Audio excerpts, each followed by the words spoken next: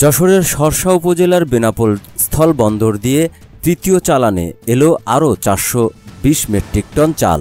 এ নিয়ে ২৭টি ট্রাকে ৩ দিনে ৯৪৫ মেট্রিক টন মোটা চাল ভারত থেকে আমদানি করা হলো।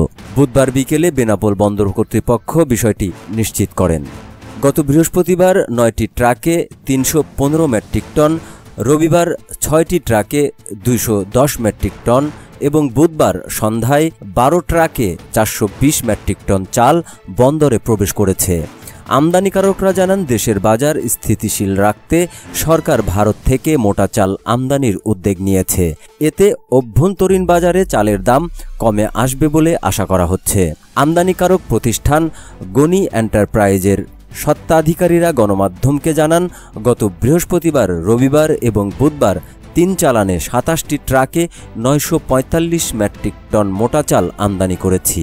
চাল ছাড়করণের জন্য আমাদের পক্ষে C&F agent Messrs Bhuiya enterprise Benapole customs হাউজে সকল কার্যক্রম দেখাশোনা করছে। আরও চাল বোঝাই ট্রাক বন্দরে প্রবেশের অপেক্ষায় রয়েছে। C&F এজেন্টের প্রতিনিধি বলেন, বুধবার আমদানিকৃত চাল ছাড়করণের জন্য কাস্টমসে প্রয়োজনীয় ডকুমেন্টস জমা দেওয়া হয়েছে। বৃহস্পতিবার কাস্টমস ক্লিয়ারেন্সের মাধ্যমে চালগুলো খালাস প্রক্রিয়া সম্পন্ন হবে।